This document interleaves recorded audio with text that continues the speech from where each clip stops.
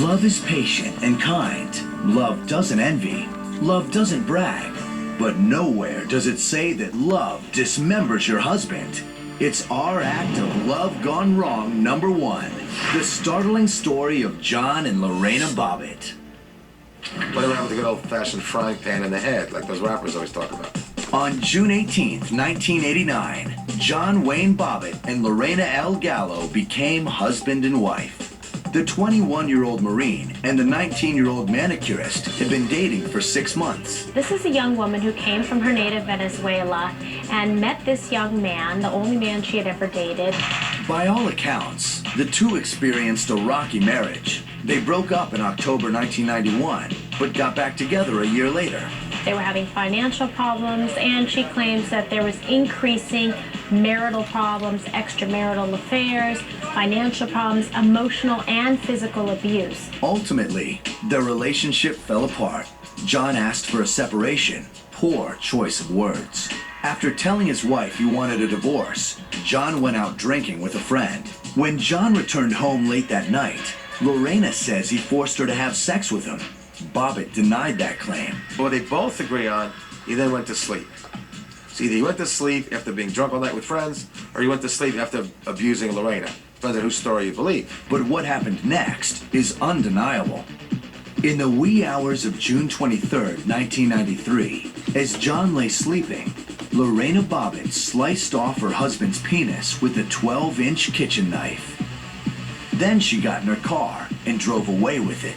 So the interesting part about that is not even so much the slice as the fact that she runs out of the house with his penis in her hand and drives the car, realizing all of a sudden, oops, that's not my keys, it's my husband's penis, throws it out the window. John dialed 911. He was taken to Prince William Hospital in Manassas, Virginia. The surgeon summoned to the ER was preparing to sew up Bobbitt's wound just to stop the bleeding. She tells the police, I think an hour or so later, where she threw it. And they found it.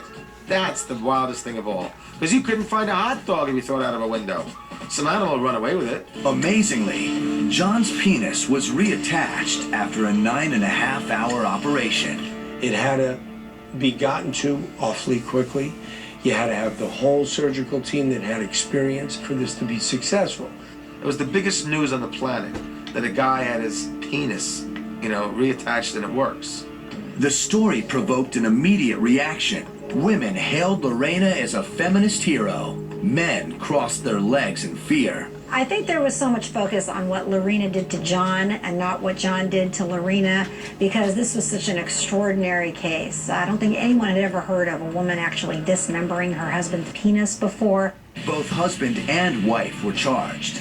John was accused of marital sexual assault. He slapped me, and then he pulled my skirt up. Lorena went on trial for malicious wounding. I felt a couple jerks, and then after that, she just cut it off. John was acquitted on November 10th.